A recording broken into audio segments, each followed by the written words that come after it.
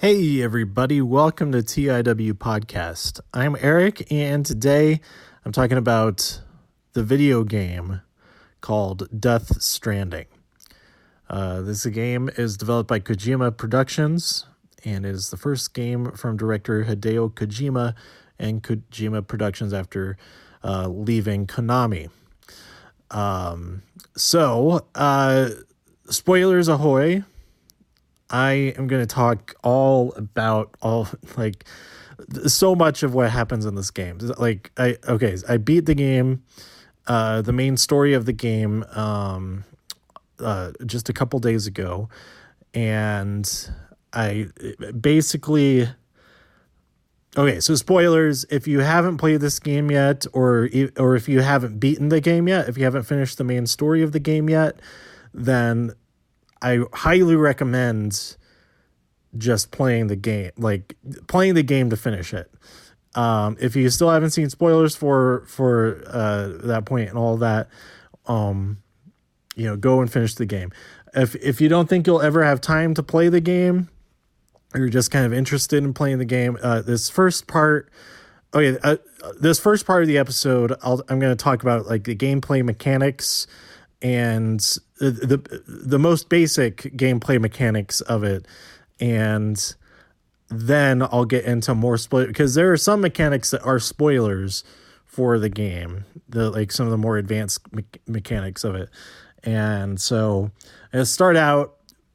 The main thing that you're doing through most of the game is transporting cargo from place to place, delivering it to people, and trying to keep it from being damaged.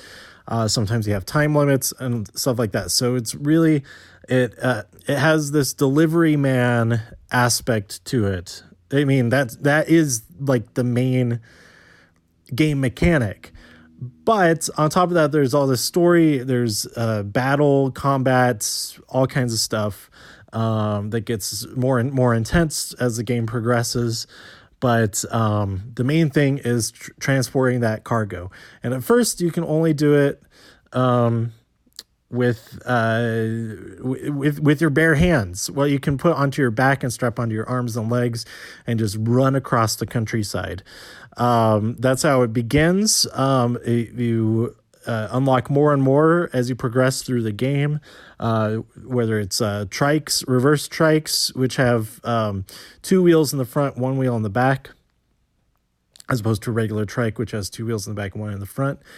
I don't know if that's... I feel like I've seen something about that type of tricycle. And is that more stable? Is that better for going off-road and stuff? I don't know. But it definitely does look cool and fits the feel of this game for sure.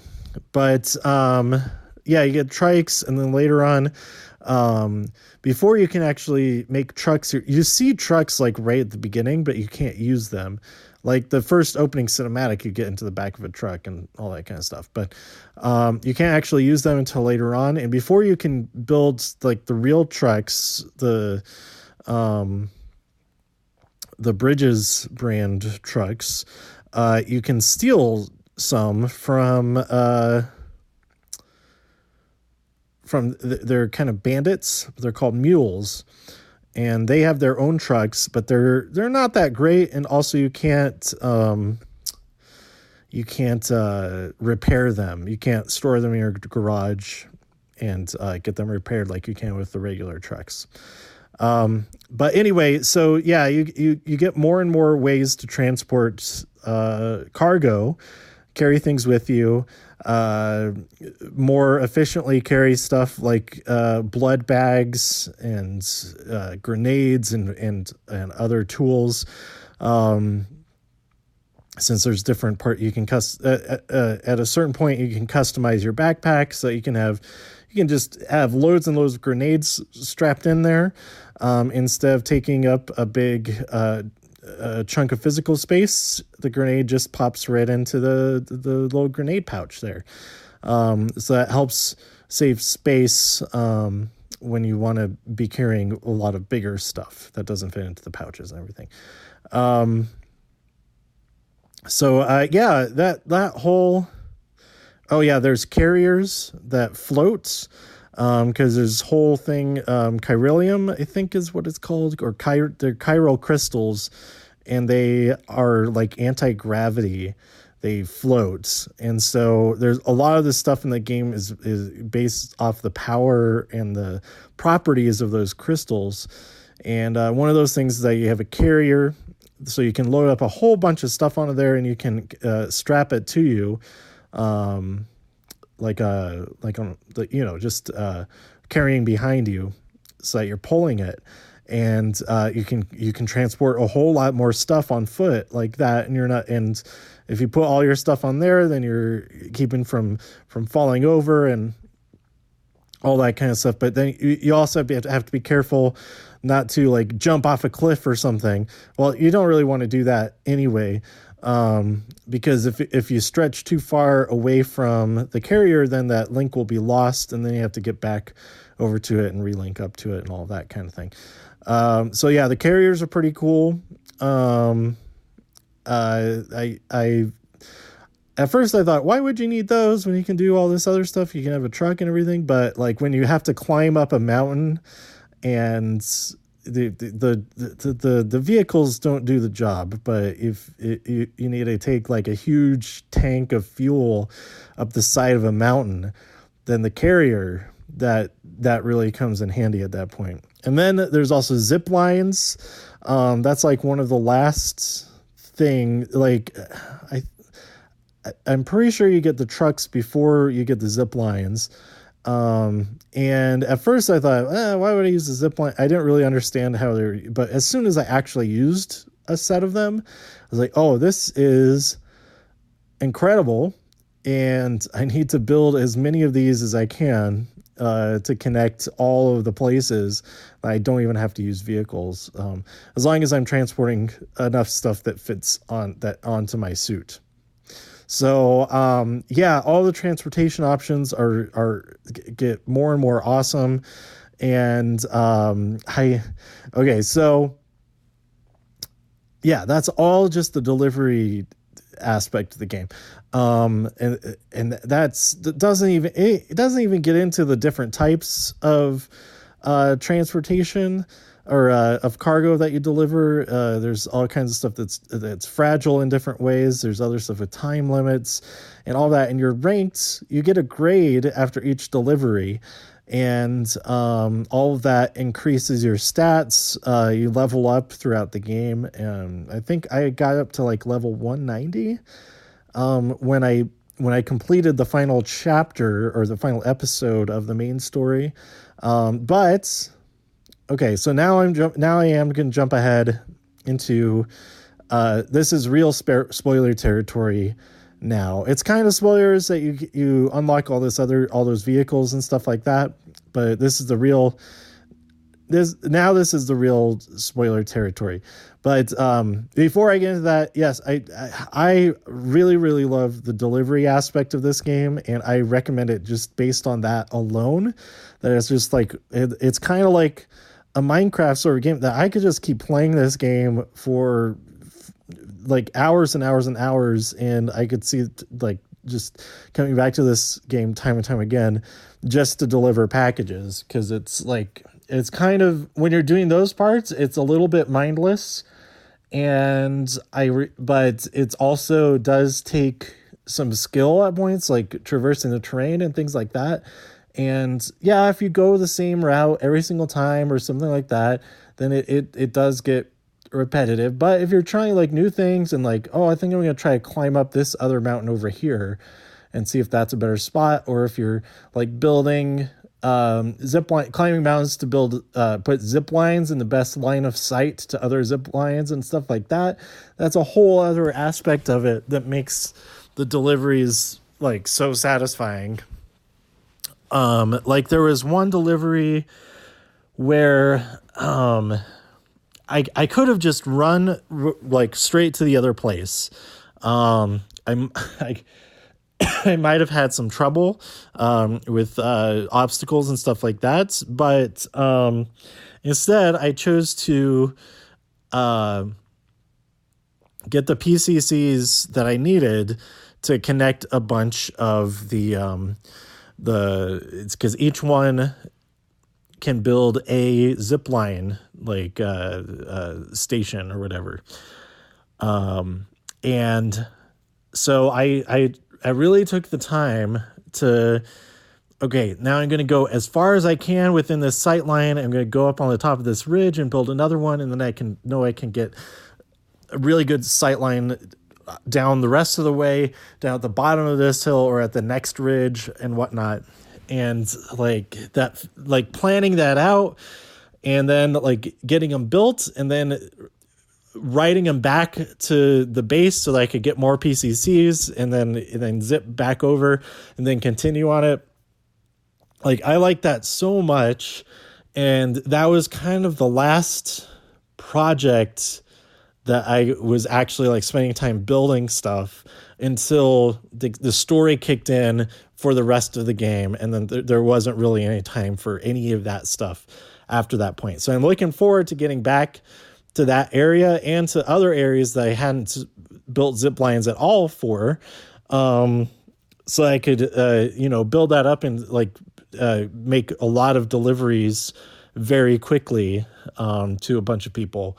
So I'm excited for going back and playing all of that. So that was kind of spoiler territory a little bit, but not at all as far as the story goes. So now let's get real into it. So I did look up how many chapters the game was going to be to kind of gauge where I was at in the story and all of that.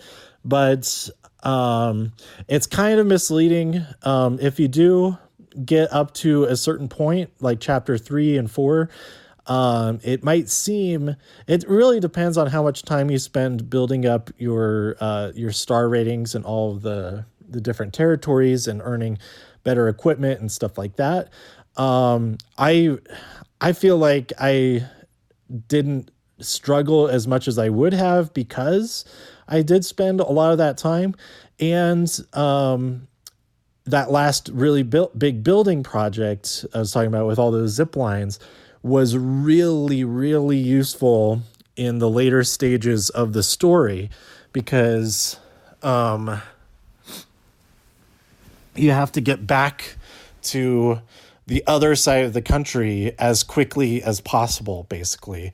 And that the going across the rock, what was is basically the Rocky Mountains, is the most difficult terrain of the game. And because I had spent the time before the story got to that point, building all the zip lines, that part was actually the easiest of that whole journey.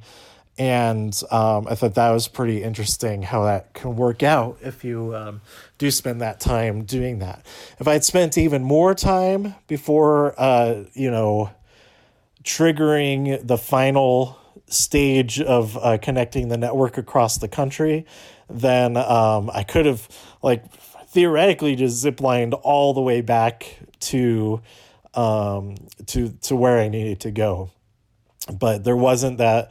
Well, okay, so there's stuff that you build, but once you connect each area to the chiral network, which I'll get into what that is in a little bit, more into what that is in a little bit. Whenever you unlock an area, and each area is kind of like controlled by either like a city or a distribution center or a prepper, just like a local person who's that area is theirs basically. So when each area joins, then you also get access to all of the other structures that have been built by other players. Now, I was thinking throughout the game that there was going to be it was going to address, and it was going to be important to the story, that there's like a multiverse, because there's hints at it and some dialogue earlier on in the game. Um, and they do talk about a multiverse later on, kind of thing, but they don't connect it as much as I thought they were going to. But basically, early on in the game, like one of the preppers, I think it's the elder, or it might be the filmmaker. I can't remember exactly who it was, but they're like, when you make a delivery, they're like, "Wow, I can't believe you're so on top of it." Like it seems like there's more than one of you out there, and that got me thinking. Like the whole, because it's not an online game, but like the other structures that are built by other players, that is the online game, that you have these shared social this shared social structure element to it. Like other people have built all kinds of uses, like generators to charge up your gear, your vehicles and stuff, or bridges to cross over rough terrain, or the auto pavers that have an actual like highway that goes across. But each little section of the highway does take a lot of materials. So I did spend a lot of time contributing to those and finishing up a few on my quote unquote server. And though that finishing up those parts of the road compared to the parts that didn't have the road, it made those parts way, way easier as well, especially in the end game. But anyway, yeah, I thought that there was going to be more of a multiverse revelation in the game. And maybe it's just like kind of something to think about. Just a little bit of extra sprinkles on top of all the other craziness of this whole game. So yeah, I'm jumping right into my theory about it being some type of multiverse twist to the game. And I haven't even explained anything about what is actually going on in there. So you play this character, Sam, played by Norman Reedus. And in the opening of the game, he meets a woman named Fragile, and she's played by what's her name? How come they're Leah Sado, Leah Sado, however you pronounce her name. I'm sorry. And she is awesome. Norman Reedus is also awesome in this. Mads Mikkelsen is a really prominent character, and he's great. And then other characters that are also really good. Okay, so basically everybody in this game is great. But you have Troy Baker, Margaret Qualley. What else has she been in? Like her character is like really cool. Oh my gosh. She's in The Leftovers. I didn't know that. I need to get back to watching that. I've certainly seen her in it, but I didn't realize I didn't connect that. And she's in the Death Note movie. Oh, and she's in Once Upon a Time in Hollywood. Okay. She's in so many great things. Man. She's awesome. She's one of my favorite characters in the game. I'll get to that in a minute, because her character is also one of the scariest characters in the game. But yeah, you also have Troy Baker, Tommy Earl Jenkins, and Lindsay Wagner, whichever. Plus the likenesses of Guillermo del Toro and Nicholas Winding Refn. How do you pronounce his name? And then apparently also Edgar Wright has a cameo in there. You also have Conan O'Brien in there. He's one of the in one of the prepper areas. But when I saw the video of him visiting Kojima's studio. Is it Kojima Studios? Kojima Productions, sorry. And I thought it was just like, as a joke, we'll scan you and you can see what you look like if you were in the game. No, he's actually is in it, and that's pretty great. But anyway, so okay, see if I can my take on the whole story. Like I've been so I just want to talk to everybody about this game, and I don't know uh really anybody that has actually completed the game. um I don't like I only one person I know has that I only know of one person that I know who has finished the game. And I haven't talked to him about it yet, but and then I don't think I know anybody else that has actually played it, but I tried to explain the game to a couple of friends who don't play games, so I know that they're not going to play the game. And I was just really excited. I just want to try to explain, or like try to express how weird and crazy this game is. But so that's another big purpose for recording this episode, is I just want to put all my thoughts on this game out there.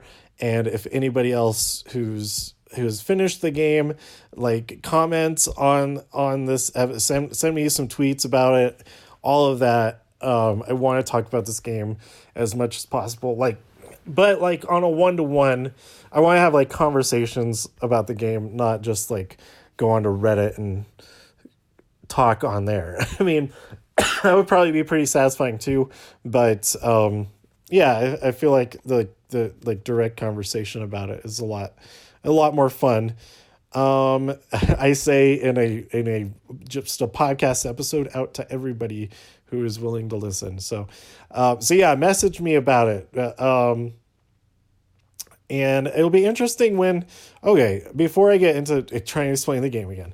So it's on PlayStation 4, only PlayStation 4 right now, but it is coming out on, for Windows, for PC later in 2020. It's like quarter 2 or 3 of 2020. It'll be interesting to see if the game changes. I mean, I'm sure there will be like patches and stuff like that. That'll be it'll just be different from when it first came out anyway.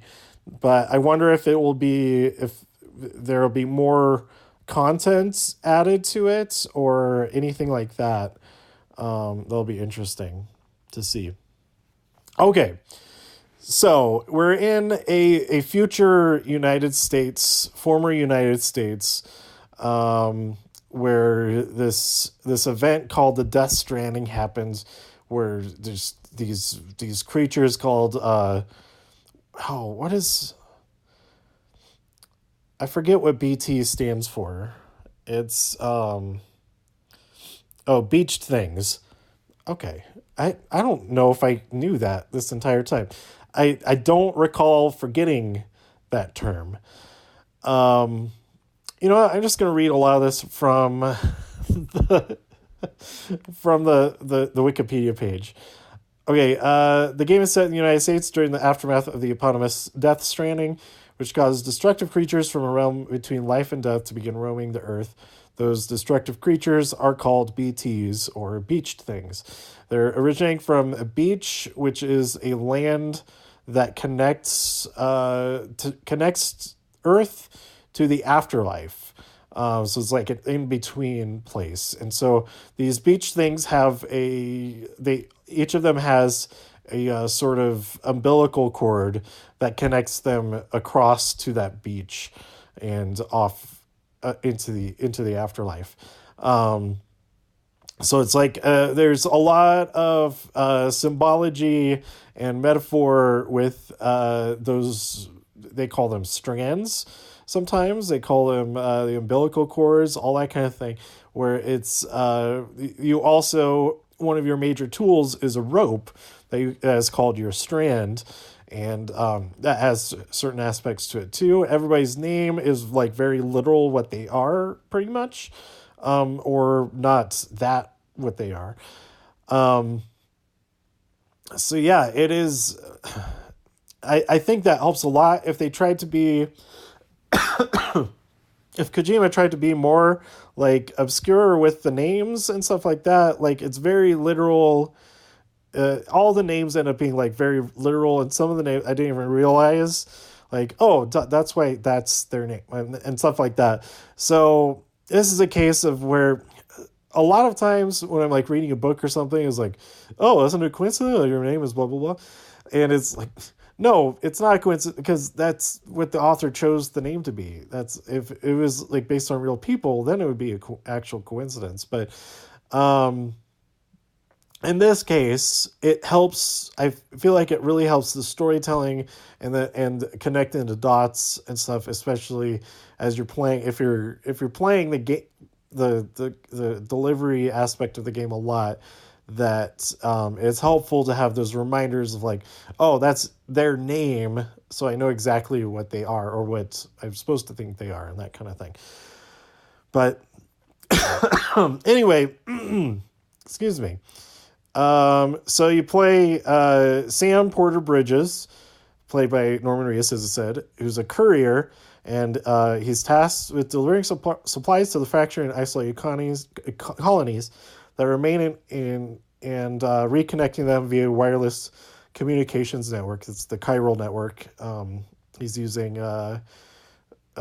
has this keychain thing that helps. It has like programming in it to connect each terminal that he comes to into the network, and to also try to get people to join the United Cities of America, connecting all of those colonies and the prepper outposts and all that kind of stuff. And a lot of the deliveries are because you need to convince those preppers and the different parts of the most of the actual not cities and the distribution centers, they don't need convincing because they're like, oh yeah, we were waiting for you to get back here so you could connect us up. But like all the preppers and stuff, there's a few of them that are like, oh god, yes, connect me. But then the other ones are like, no way, this is awful. All the stuff that happens because of bridges and the government and all that is, I don't want any part of that. And then you like have to figure out, okay, how can we convince them? What can we do to show them that we're helpful to them? And then it's like more and more deliveries made. So going off of the setting section on Wikipedia, because I forgot a lot of these.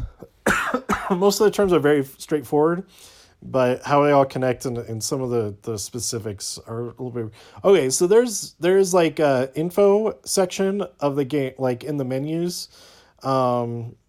There's like a whole like library, and there's extensive articles about every single gameplay element of the game, like strategies, how to use all the different equipment, what different enemies and different like vehicles and all that stuff, what everything does.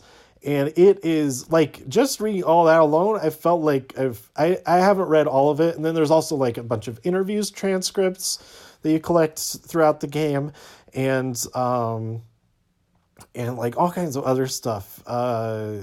It's a lot if you want to get into all of it. But at one point I was like, I'm so into this story, I just need to keep chugging forward and not get through it, but like just experience the story as like fluidly as possible once I got to that point. But anyway, so if you want to know a lot more than in this podcast, absolutely, well, just play the game. Like all the information for the game is in the game, like completely. Okay, so the setting, game is set in apocalyptic United States, where the beach things, most of them are like people looking, but if you get like sucked up by one, then there would be like a boss type thing. Sometimes it's a squid. Sometimes there's like a lion type thing. But then later on, there's huge bosses. There's one that's like a colossus, like a titan, like a human, like a gigantic human. That one was like every single one of these things like just freaks me out. And when the little Adirondack, or what is it called? It's okay. What? Let's see. I think it's in gameplay. It's gonna say what it's called. Um, you have a you have like a sensor thing. I forget what it's called, and it's not in this article.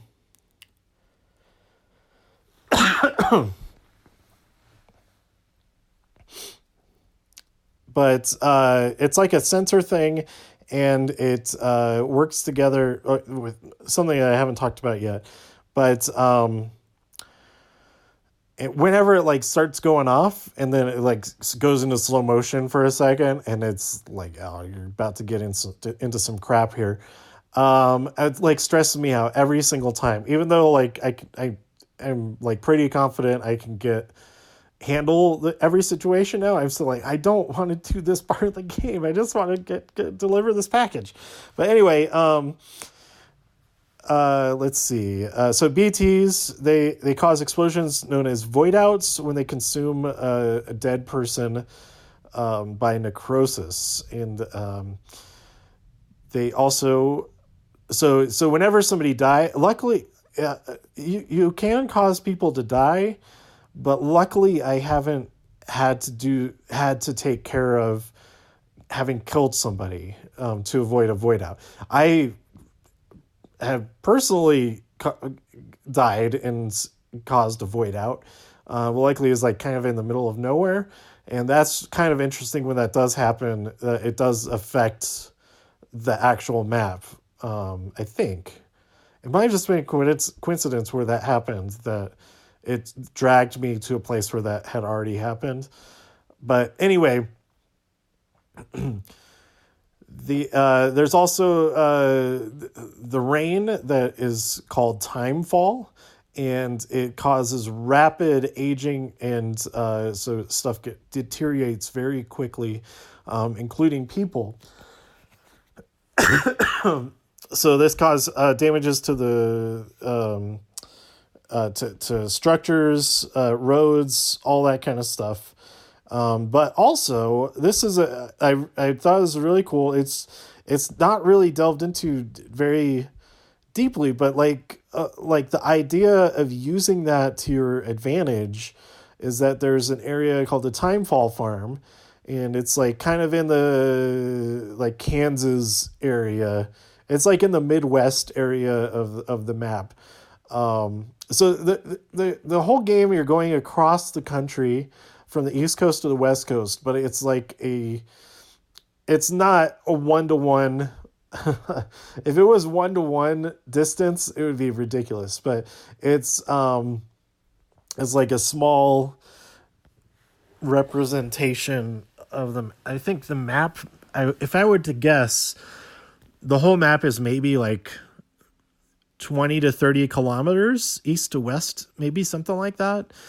As opposed to the, thousands of kilometers that it actually is. But anyway, that doesn't matter. Anyway, I thought it was really cool that they touched on the idea of increased increased passage of time being used to grow crops, because as I've had this idea for a while, based on the Antikytherian device. There's this thing that I came across that they came across in somewhere in like Roman Empire ruins, or something like that, or it might have been Greek ruins.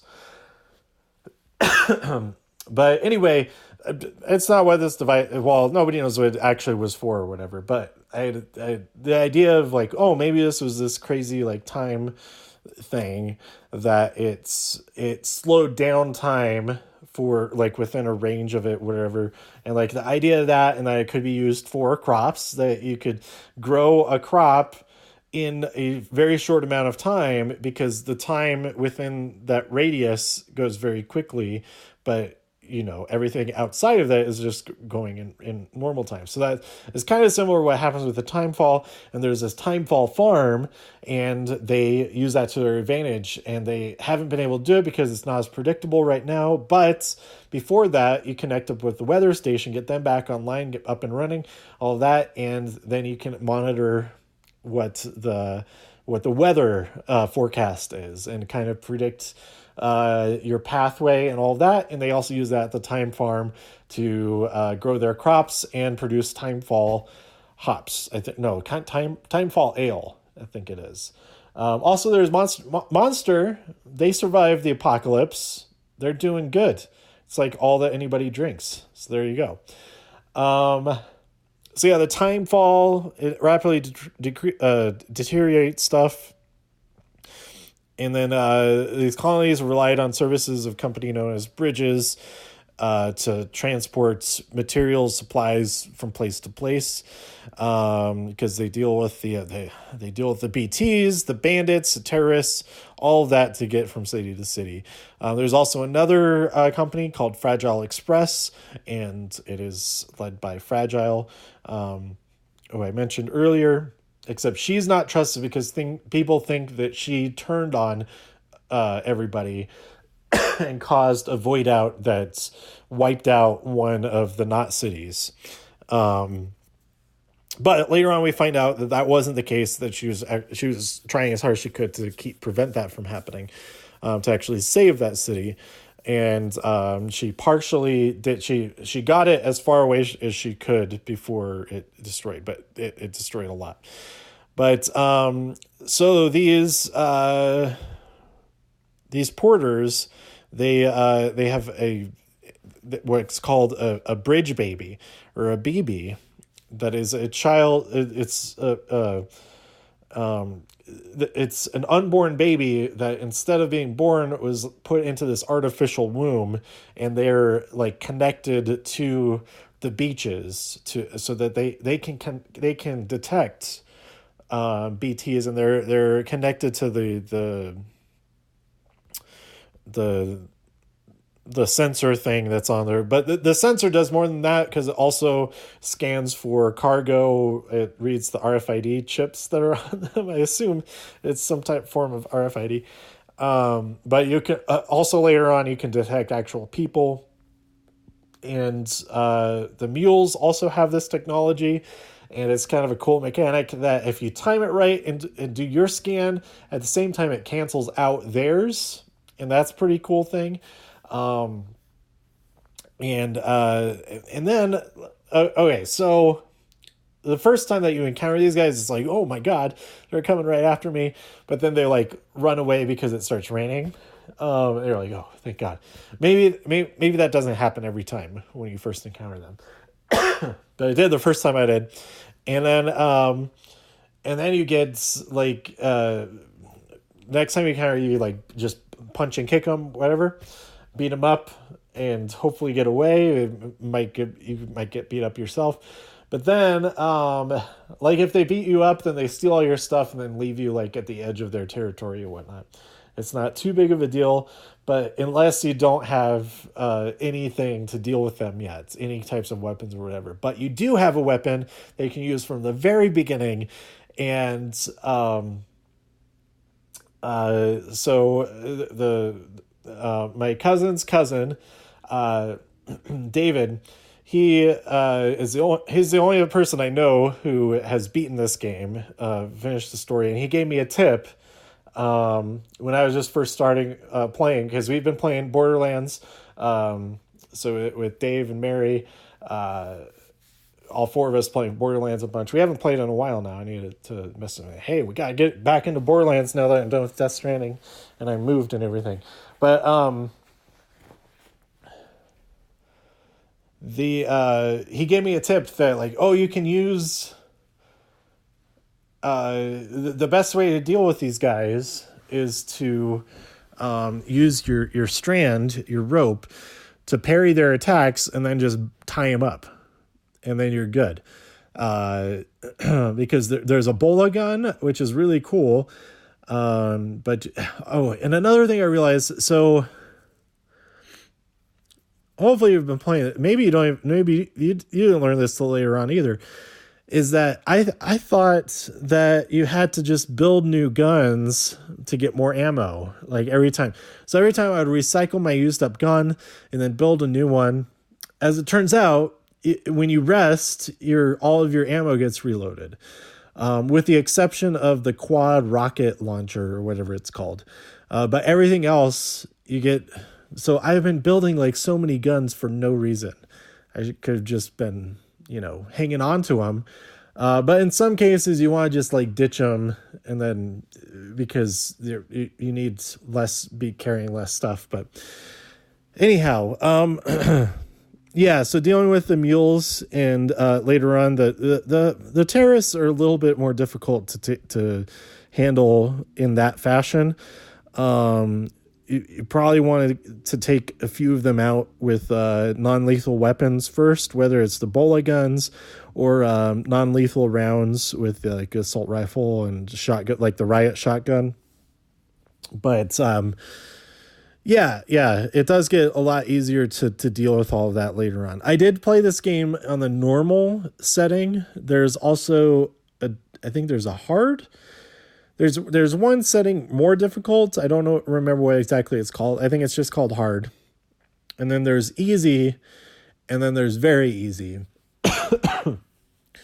And so I wonder if the game would be a lot less stressful on those easier settings, or if it would just be or if it would just be too easy. I don't know. Probably at this point it would be too easy, that since I've weathered the entire game in normal mode. But anyway, so moving on. So these BBs, the premature child's reflecting a state between life and death. It is possible for a person to sense the presence of a BT when they're connected with the BBs. So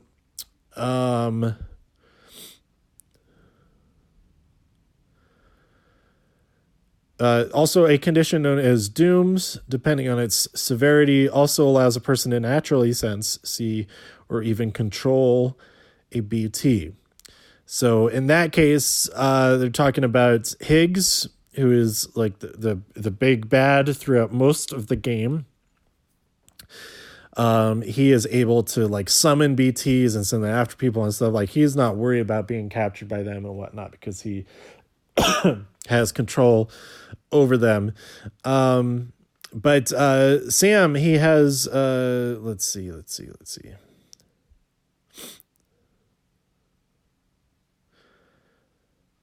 The people with dooms, they aren't necessarily also the people who are repatriates. Repatriates are people who can travel back from the scene when they've died. But their deaths will still their deaths will still cause void outs if killed during contact with a BT. So yeah, if you die in a BT battle, then that will happen and it sucks. But you still come back, so hopefully you're away from a lot of stuff.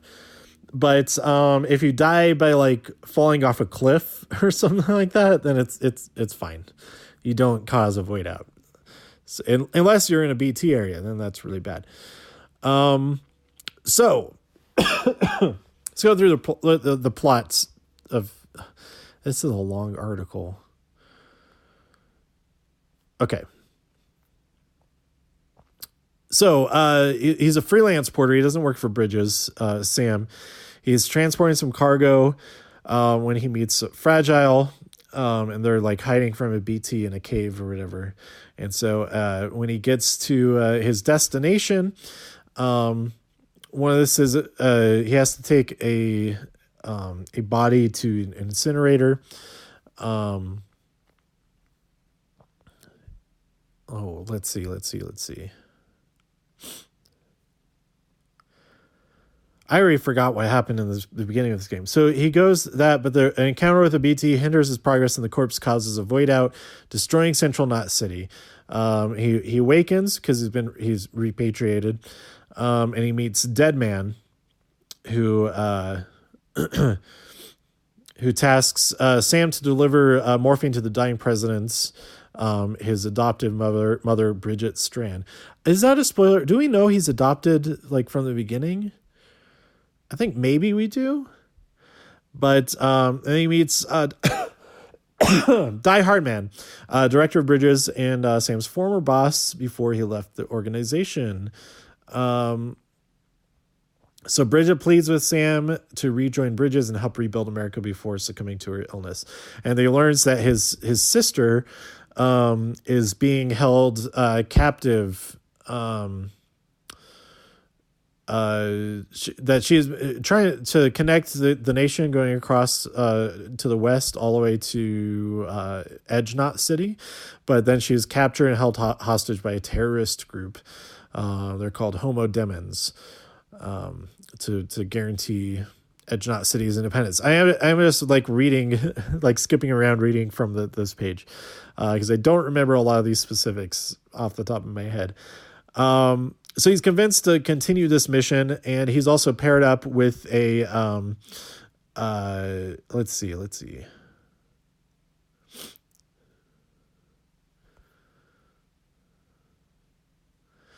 Oh yeah, okay. So this bridge baby has been marked for retirement, and he refuses to incinerate that baby, and he uses it to evade BTs and get back to Capital Knot City from the incinerator, and he decides to take BB-28 as his own, and later on he nicknames it Lou. So as he progresses across the country, connecting everything with his Cupid keychain necklace thing,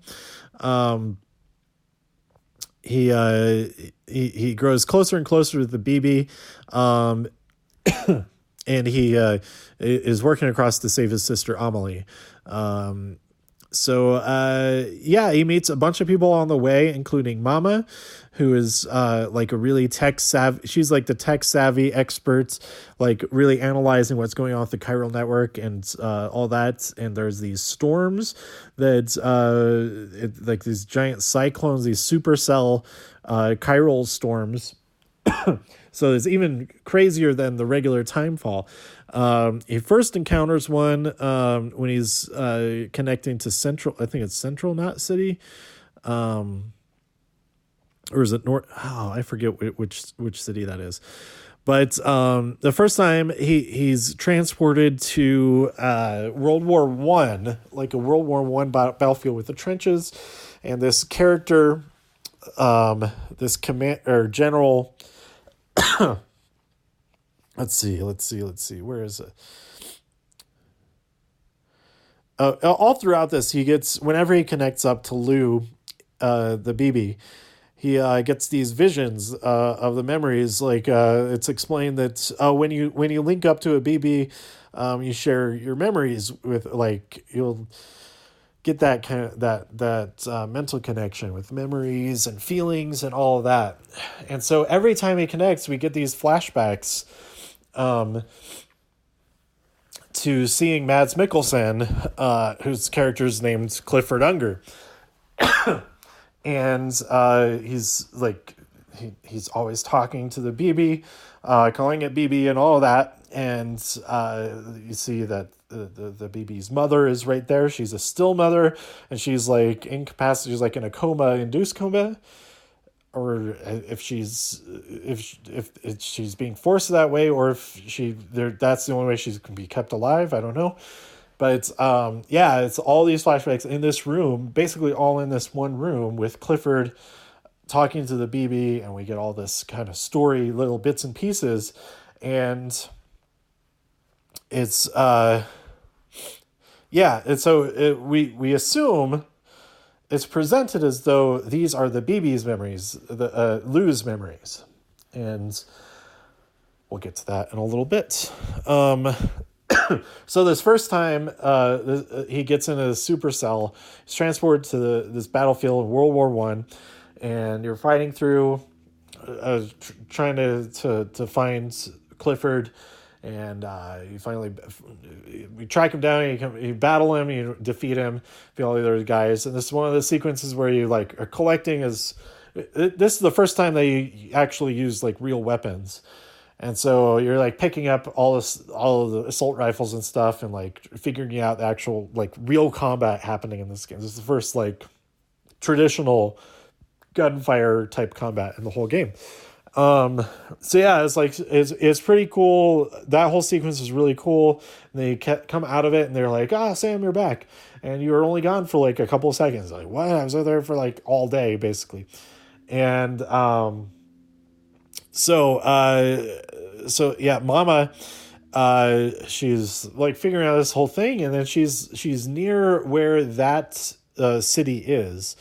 So you finally go over to her after that supercell. You go over to her, and like it was one of the like I really liked her character, but then when you go there and she talks about how she has a baby and she's taking care of it, so she can't leave where she is and all that.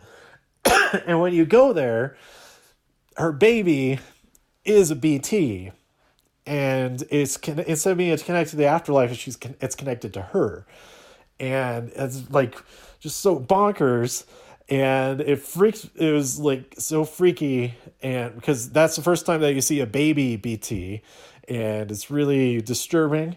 And it harkens back for me playing Silent Hill with the little demon babies walking around and all that. So anyway, she can't leave there because that physical location is links her to her baby and to the afterlife and all that. And as it turns out, it's all keeping her alive because she actually died when that hospital that she's in, like the remnants of that hospital, when all collapsed and stuff, she died, but her baby kept her alive through the BT, through the umbilical cord thing and all that. So anyway, she figures out a way to adapt. So Sam, everybody has these cufflink things, and they monitor, they do all kinds of stuff. But she figures out a way to modify it so that you can also use it to cut the umbilical cords of BTs so that you can just destroy very similar to the way that you can use your strand to just tie up mules and all that. You can also just sneak up on BTs, destroy them, cut the umbilical cords, they go away.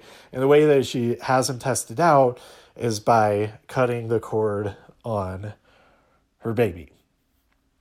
So once that happens, there's not much time to get her to her sister, to convince her sister to upgrade the hardware, upgrade the software that goes with the hardware that the Cupid that she updates to be able to keep everything stable and all that.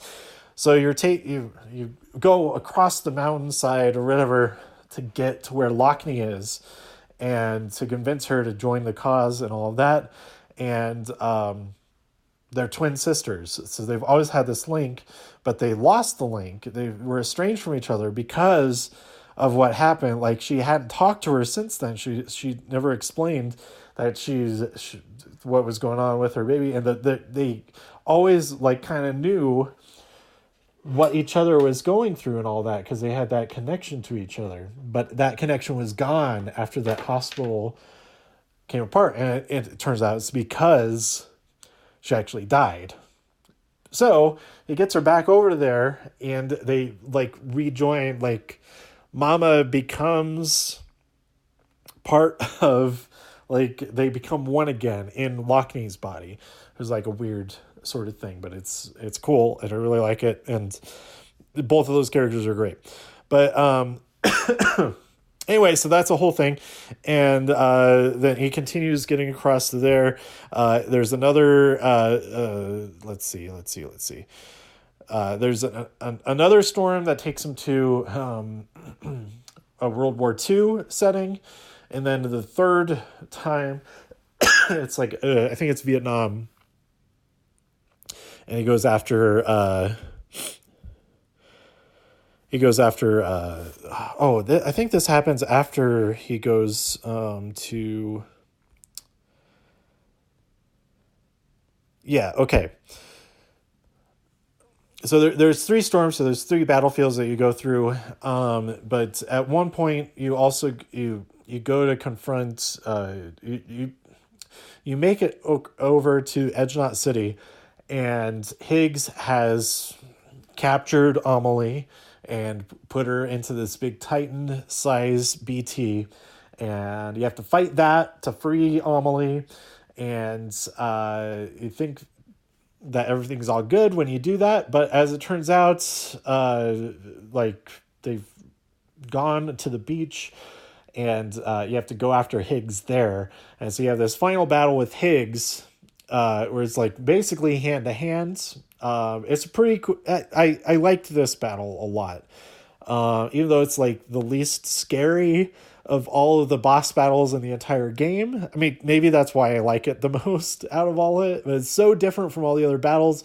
There's a lot of hand to hand. So if you got that practice fighting the mules and stuff, like parrying with the strand and then like tying him up and then just kicking him a bunch, like that's the main strategy. And then I realized another mechanic that you learn early on is that you can throw stuff that you're carrying in your hands, because you can have stuff on your back and strapped to your suit and all of that, but you can also carry stuff by hands, and that's an advantage for when you have something really fragile, because whenever you like fall or something, you'll protect that, so it protects the thing from fall damage and everything. So but there's a point where you get a delivery, you get a piece of cargo to deliver to Fragile, and when you deliver, it's like off of the grid or whatever. Just some guy brings it up to you, like, oh, this is it had two labels on it, so it got confused, blah blah blah. And so you deliver it to Fragile, and Fragile's like, what are you talking about? I wasn't expecting anything. It's like what Amazon got the order, they sent it from the distribution center.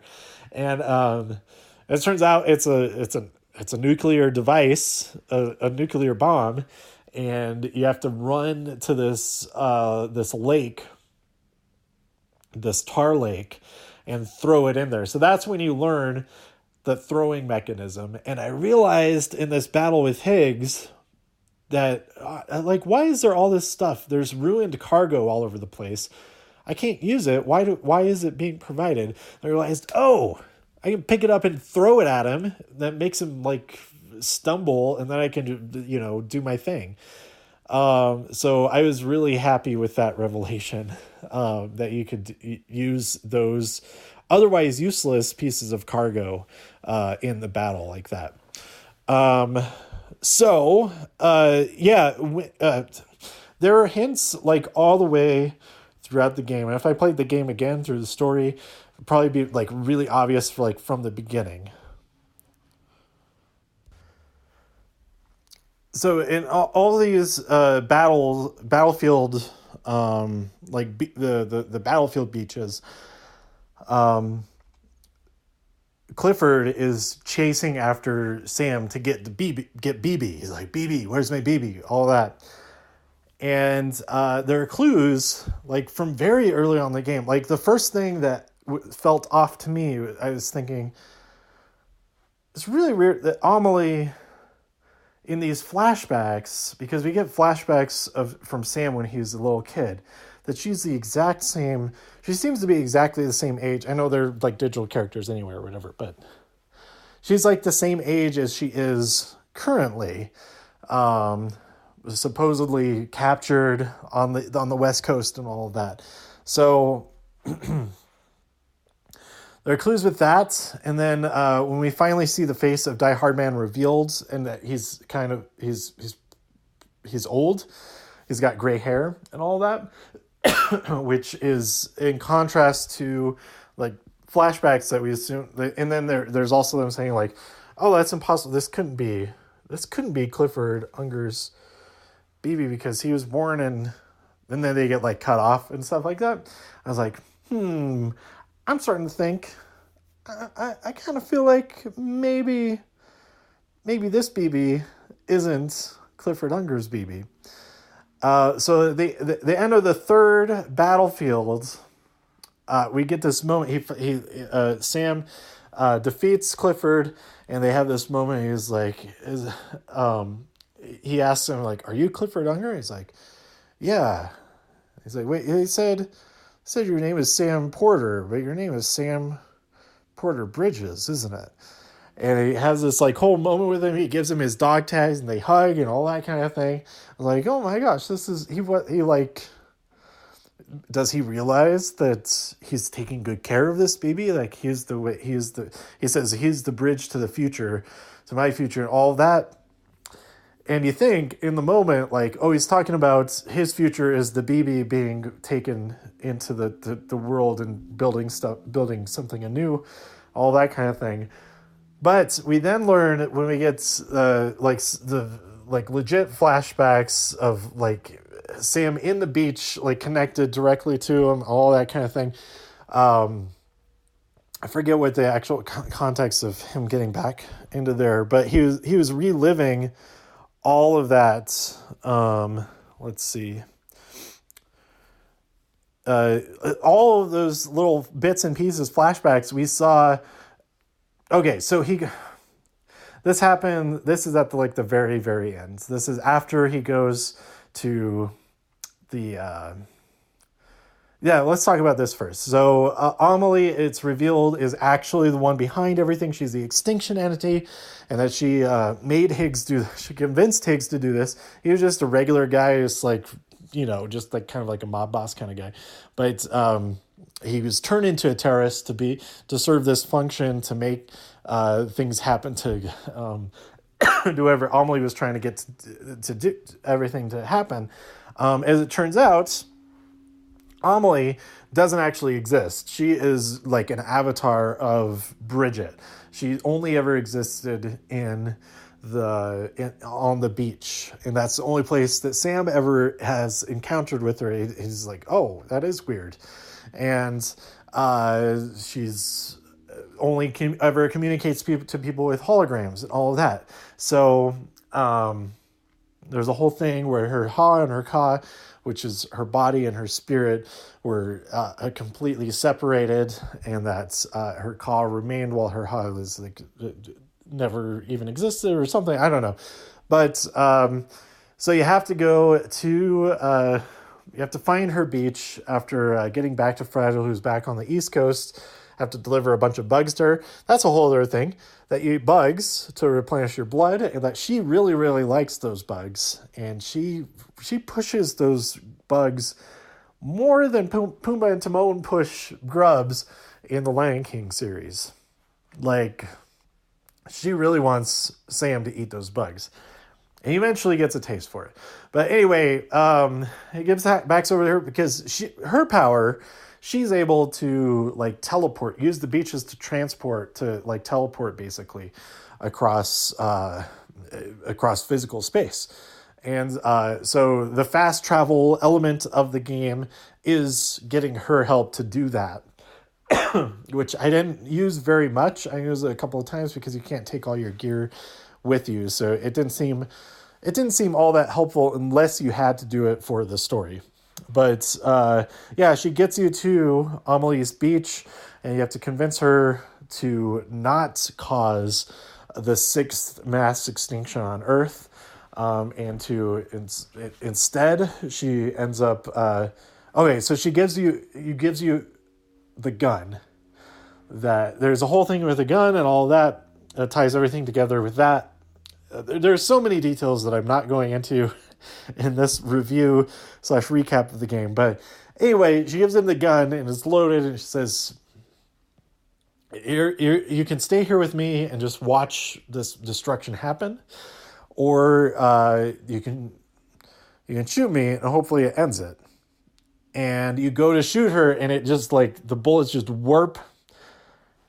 Okay, you don't have to try shooting her, but if you do try to shoot her, because you're given the illusion of that choice of either shooting her or not. But if you do choose to shoot her, it doesn't work, because it just like space warps and bullets just like disappear into nothing.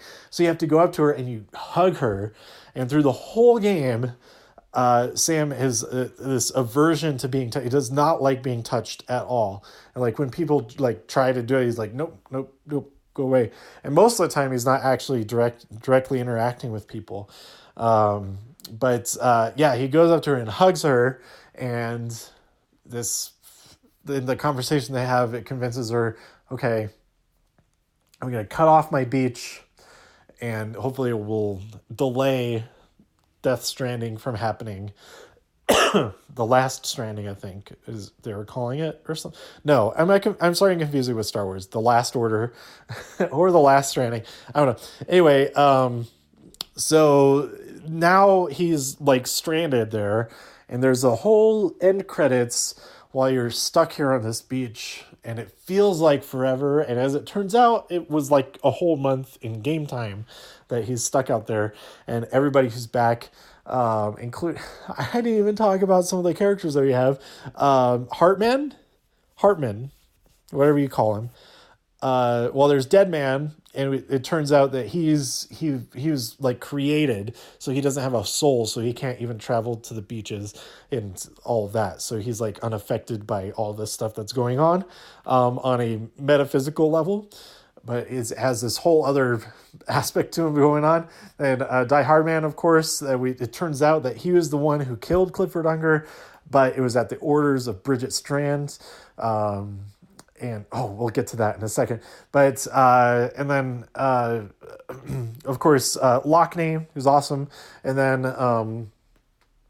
so Hartman, he lost his wife and child in the Death Stranding, and so he ever since then he's died every 20 minutes for 3 minutes at a time, and then he's revived. It's all connected up to his heart, so he has a heart attack. His heart stops. He's dead. He goes to the beaches, and then he's revived 3 minutes later, and then he's back up and about for another 20 minutes, and then he sits down, dies, and all that. It's a whole thing. It's a whole different, like, all the experiences with him is an awesome story as well, and all that, but no time to get into that.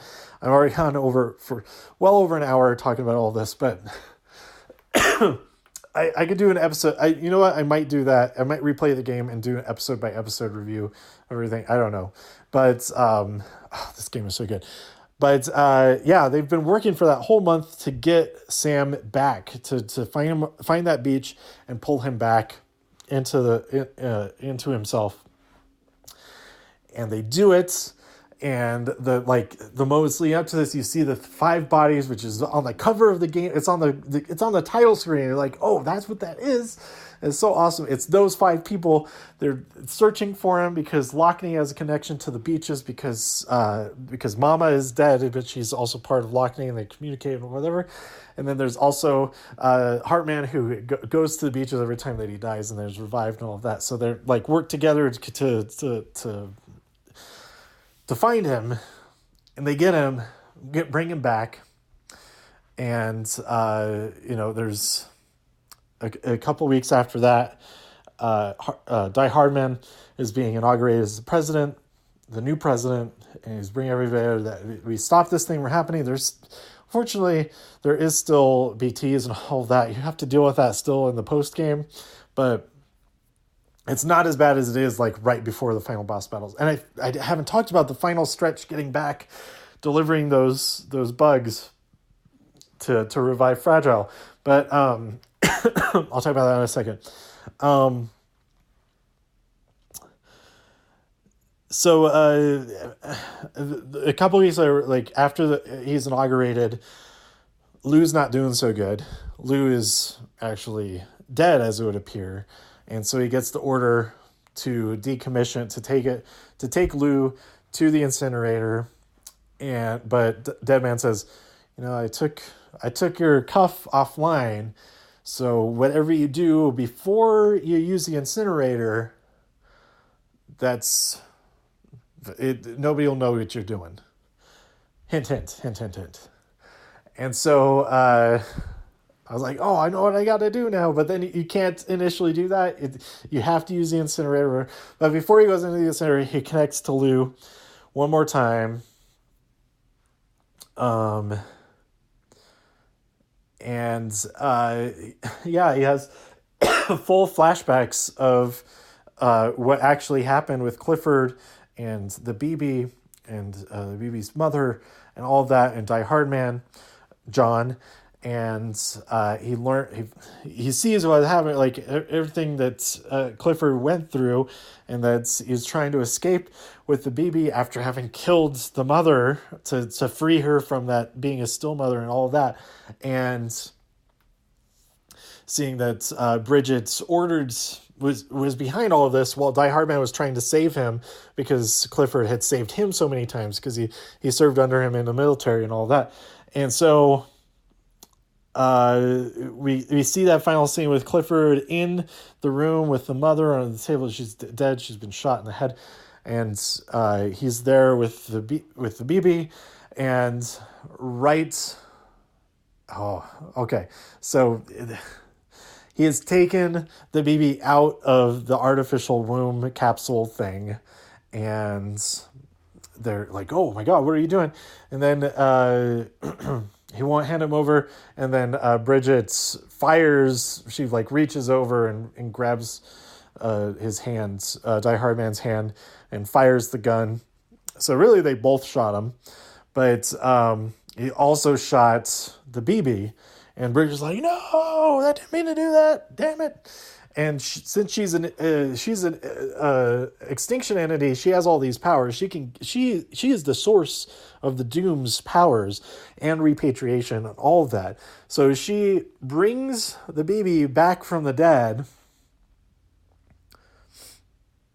and that's because these weren't Lou's memories. These were Sam's memories. He was that BB. He was Clifford Unger's son the entire time. He was connecting to his own memories that he had forgotten. And that was, I was so like, because there are clues along the way, and like I played these last chapters 9 through 14 all in one sitting. And at some point, like chapter 9 or 10, I started to get the feeling of like, something's off about this. I kind of think, and then like as it got closer and closer to that, I think these are his memories, not the BB's memories and all that. And then when it was confirmed, I was like, yeah, that's awesome. But also awful that all that bad stuff happened. And so we see like connecting to that and realizing that he was the BB, and he was taken out of the pot. He survived and he grew up and all of that. And his connection with his BB, and him having lost his wife and daughter, his wife and son, that he was going to name Lou because she was still pregnant when she died. He's really connected with this BB that he's had, and has been calling it Lou and all of that. And so he uses the incinerator, but he puts his cufflink onto it. So that gets incinerated, and he takes the BB out, and he's trying to revive it because it's been dead up to this point. Tries to revive it, gives it mouth to mouth, and then like hugs it, and then it's revived. It's alive again, and it's actually a girl. He calls it Louise, and that's the end. He goes off into the sunset, leaves everything behind to just raise his daughter there, and that's really, really cool. So the post game, it takes you back 2 weeks before that happens, so that you can like finish up whatever you want to do, keep playing the game, keep making deliveries, get all your 5 stars and all that kind of thing. If I had known that particular things needed to be done before all of that, then I would have done those a lot more of those things and spent a lot more time doing those, especially deliveries to this one guy who, as it turns out, ends up being somebody else. So I won't spoil that for you because I only know what I've read from other people anyway, so maybe it's not even a thing. It definitely is a thing, but So there's some stuff that I might not be able to complete. So I may have to just play the game again if I want to get platinum or whatever. Um, but man, I won't mind doing it all. Now that I know what I'm doing, I think it'll go a lot faster than it did on this first playthrough. Especially realizing the thing about the guns and also parrying is super helpful. Like knowing that right from the beginning. Also, probably throwing stuff would be really useful. I never use the sticky guns to do anything. So yeah, all of that will make another playthrough a lot more effective, more successful, I think. But yeah, I'm looking forward to playing it more and more. And even though I'm finished with the story, I'm and there's so much to read and all the interviews and stuff like that. But let's go back real quick to the final run back to the East Coast to to what's it called? To Central Knot City. I think that's what it's called. Where it all began. You have to make it there from the edge of the tar belt. So you get transported back across, so you don't have to make it back across the tar. There's a whole tar belt to get that last distance to Edge Knot City. I kind of accidentally figured it out because it was like, oh, we can't build anything that's big enough to go across that. You're gonna have to figure out something else, or it's like a boat or something. And I realized, I wonder if, because I can't just run into the lake, I can't swim, but what if I let the BTs take me in, and then when there's a boss battle, I just like keep running and go across that. And as it turns out, that's exactly what you're supposed to do, because like old buildings, like ghost buildings come up and all that kind of thing that you can actually climb on and everything whenever a BT battle happens, BT boss battle. And so that was exactly what you need to do and go across that. So I was glad that you didn't have to do that to get back across. But it's like constantly raining, storms everywhere, and there's BTs everywhere. And you have to get all the way back first of all, you have to get all the way back to Lake Knot City initially, which isn't too bad. Especially if you've put a lot of work into the infrastructure and zip lines and rebuilding roads and all that. That wasn't that big of a deal on my playthrough. But once you get to Lake Knot City, you have to get from there to the beginning. So the whole first area of the game. And the catch with that is that you can't build anything new because the chiral network is all messed up, and you can't... this is after the final supercell storm. So they're like, everything's messed up. And because you get into that storm as you're approaching Lake Knot City. And so you have to get all the way back across, but it's just constantly raining, and there's at least 3 boss battles that are unavoidable, and they're undetectable because your sensor system doesn't pick it up. And this whole time you're trying to keep that container of bugs from getting messed up. And so you have one that's just a squid. That's like, oh yeah, that's fine, whatever. But depending on how you fight it, you use up a lot of your resources for it. There's probably like a way easier way. Maybe there's like weak spots where it takes less hits to hit them. There's definitely going to be weak spots. I just don't know what they are. That makes it a lot easier to defeat all these different things.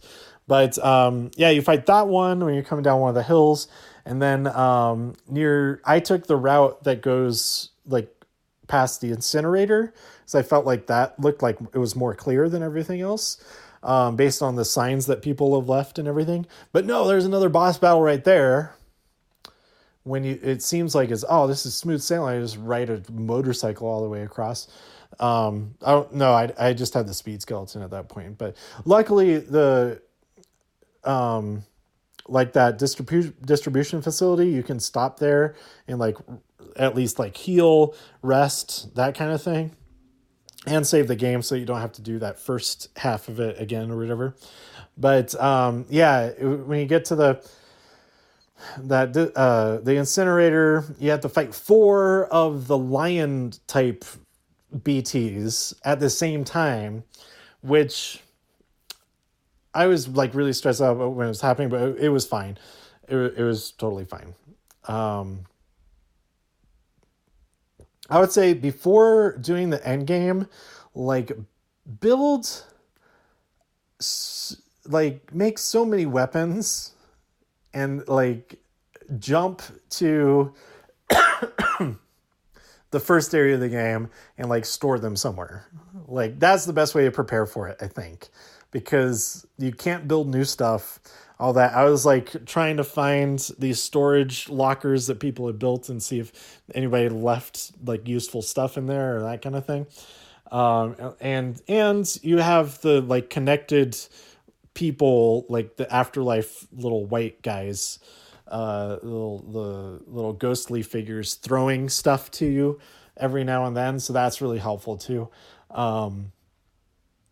And if I understand correctly, like when you die and then you connect to those other people, that increases the number of those that help you out with stuff, I think. But anyway, uh yeah, you have to fight the 4 tiger thing, the lion things, whatever their actual names are. And then when you're right about to get to the area to deliver these bugs to Fragile, there's a gigantic whale BT that you just have to just unload on constantly, and it like sends down like little humanoid BTs and all that kind of stuff that are like coming up through the ground. So for me, it wasn't that hard. That was actually the easiest of them. I was just like stressed out because like, oh my god, the bugs are almost ruined and all that kind of thing. But yeah, just utilizing the like grabbing all the supplies that are being provided to you from the other players and stuff like that. And I don't know if none of that happens if you're playing offline, that you might just be screwed. That it kind of helps a lot to be connected online because it has that feature of it. But yeah, it, even though that boss battle didn't, it doesn't seem to ever attack you directly, but I guess if it does hit you directly, which luckily didn't happen to me, that it would totally mess you up. Like if it actually like ate you, then you'd be dead. But luckily that didn't happen to me on my playthrough, and I just, luckily some of the ghost guys threw me some rocket launchers and stuff. Use shotgun. I felt like the shotgun was the most effective for all of these bosses, as more effective than the assault rifle. Probably not as effective as the rocket launcher, but as far as like a weapon with bullets goes, the anti-BT guns were also pretty good. But they like, you just got to have a lot of blood bags. That's the real key to it. Then you have that those hematic rounds to just mess up the BTs. So yeah, that's a whole other aspect of the thing because Sam has dooms like that. His blood, and he's a repatriate. His blood it counteracts BTs, that it basically kills them stuff, and his whole like matter antimatter thing. And then there's all the collecting his bodily fluids whenever he's in his private quarters, so they can be used as grenades and all that kind of thing. Honestly, I never used any of the grenade. There's probably a lot of benefits to using the other types of grenades. I only used the blood ones because they just straight up killed the BTs and all that.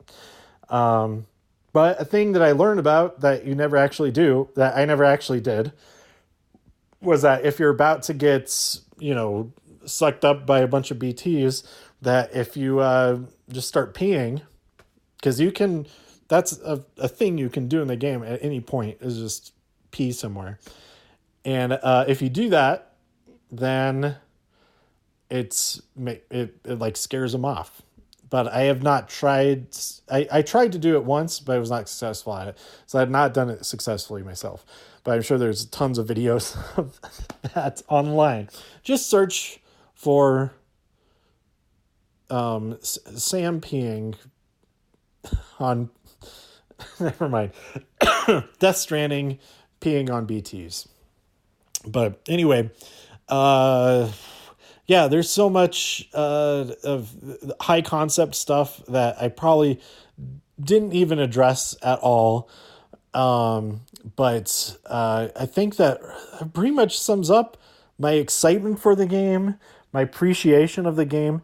The title sequences, the end titles. So there's end credits, but there's like flashbacks. There's like the conversations that Amelie was having with Sam throughout that end credits. And then there's another end credits like 2 hours later. So from that point on to the actual end of the story is like 2 hours pretty much. And there's the end credits again at the very end, like traditional end credits, like the black screen rolling up, all of that. So I both appreciate it and was frustrated by that. Like the gall, the balls to say this is the end of the game. It's basically 2 hour movie for the end of the game. And there you go. With the credits twice. So just deal with it kind of thing. But man, I don't know where I feel like I had a point other than that with going down that route, but yeah, this game is great, and hopefully if you've made it this far into listening to this episode, an hour and a half, still shorter than the end of the game. But if you made it through this entire episode and you're also like, and listening to this got you more hyped up, like I'm probably going to go and play more of the game after I upload this episode. But if listening to this got you more hyped up about the game and all that, message me about it at TIW Podcast or at JKIR, that's JKIRE, whichever one of those, because this is not exclusively like a movie type thing, even though it is the most movie-like game that I've played. But yeah, tweet me. Let me know what you thought. Go to TIWpodcast.com for more reviews. If you enjoyed this episode or anything else on the site, please share some links with your friends. Subscribe on iTunes, Spotify, Stitcher, YouTube, wherever you like to listen. I very well might do a whole new playthrough and, either stream it or record it and do like highlights type of thing. I don't know. I just really like this game a lot. So this is not the last you will have heard of me about Death Stranding. But stay safe out there in all the infinite multiverses. Avoid voiding out. Don't do, if you visit the beach, come back safely and all of that. And everything. And definitely avoid any extinction entities that you encounter. That's it for now. Thanks for listening. I'll see you next time here on TIW Podcast. Bye.